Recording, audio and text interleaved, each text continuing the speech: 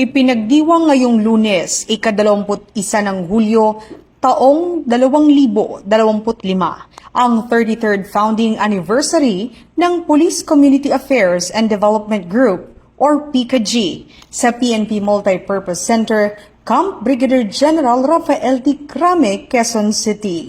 Tampok sa pagdiriwang si Santa Rosa City Mayor Arlene B. Arcillas bilang panauhing pandangal at tagapagsalita.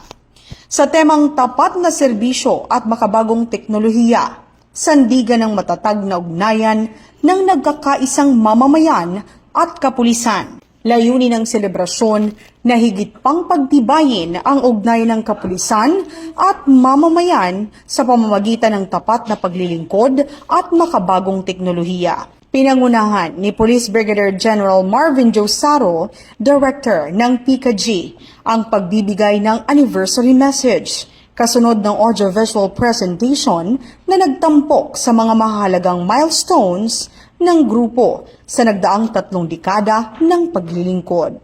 Kabilang sa mga tampok na aktibidad, ang pagkilala at paggawad ng parangal sa mga natatanging PCAG personnel at institutional partners. Kabuang 8 individual awardees, 1 NUP of the Year, 11 special awardees at 8 stakeholders awardees ang ginawaran bilang pagkilala sa kanilang mahalagang ambag sa advokasya at misyon ng PCAG.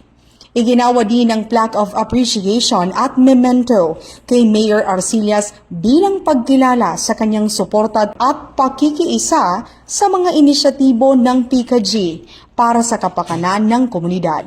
Nanguna rin sa okasyon si Police Lieutenant General Jose Melencio Sinartates Jr., ang Deputy Chief for Administration, bilang kinatawan ni Police General Nicolas D. Torre III, ang Chief ng Philippine National Police.